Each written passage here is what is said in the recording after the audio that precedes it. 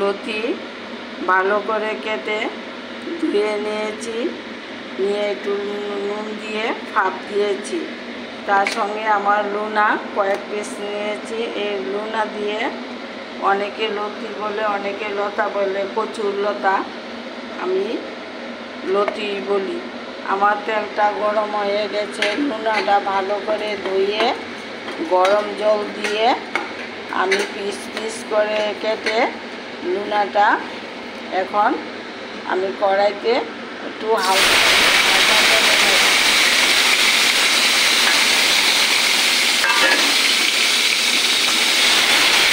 তোমরা কীভাবে খাও আমাকে বলবে, কমেন্ট করে জানাবে। আমি লুনাটা একটু হালকাভাবে ভাজা করে নেব।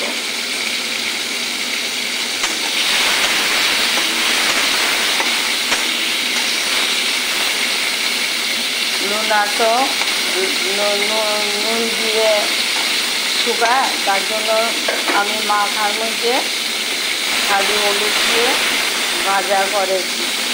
এখন আমি এই বাটিতে লুনাটা নামিয়ে নেব। দেখো কীভাবে ভাজা করেছি হালকাভাবে। এখন আমার যে কড়াইতে তেল আছে, এই তেলে ফোড়নটা দেব। পেঁয়াজ, কোনো জিরার গুঁড়ো, ধনের গুঁড়ো ব্যবহার করব না। আমি পেঁয়াজ দিয়ে দিলাম। পেঁয়াজটা একটু ভালো করে ভাজা ভাজা করে নিই। গ্যাসটা কমিয়ে দিয়েছি। এখানে কালি জিরা, আস্তা জিরা কোনো কিছুই আমি দেব না। পাঁচফোড়ন কোনো না, তেল, পেঁয়াজ আমি দিয়েছি। এখানে আমি শুটকি তো, তার জন্য আমি একটু রসুন ভালো করে থেতো করে নিয়েছি, ওটা দিয়ে দেব।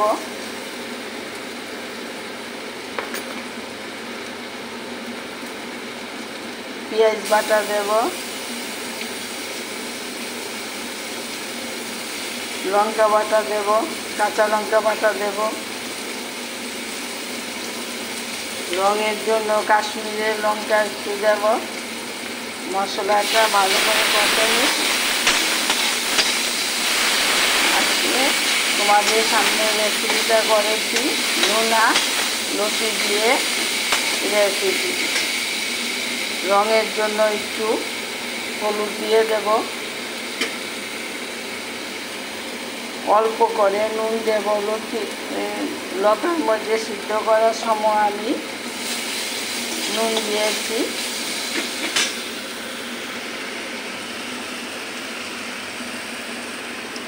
মশলাটা ভালো করে কষে নিই।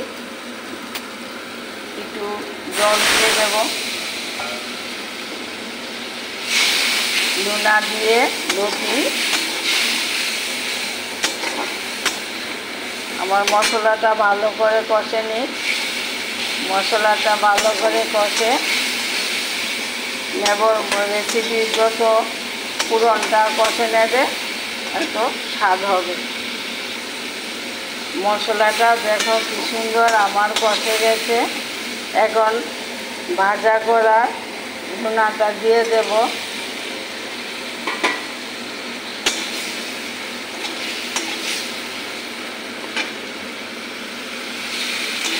লুনাটা আমি মশলার সঙ্গে মিশিয়ে নিয়েছি।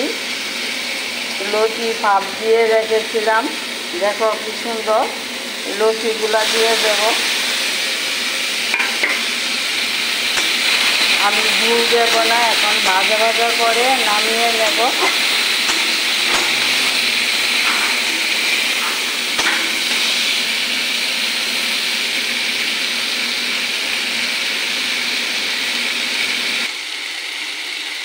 দেখো আমার লুনা দিয়ে লতিটা রেসিপিটা হয়ে গেছে।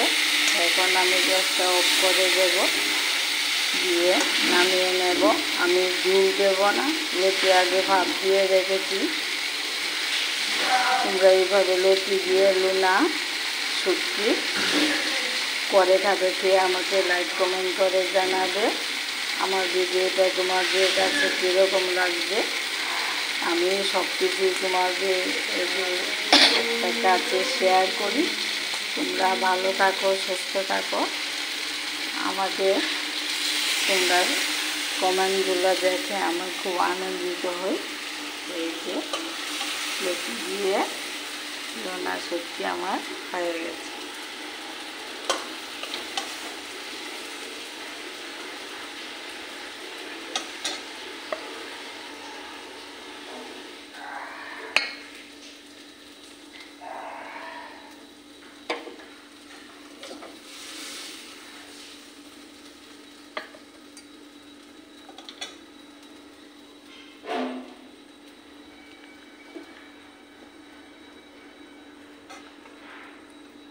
দেখো কি সুন্দর লতি দিয়ে লোনা শুটকি।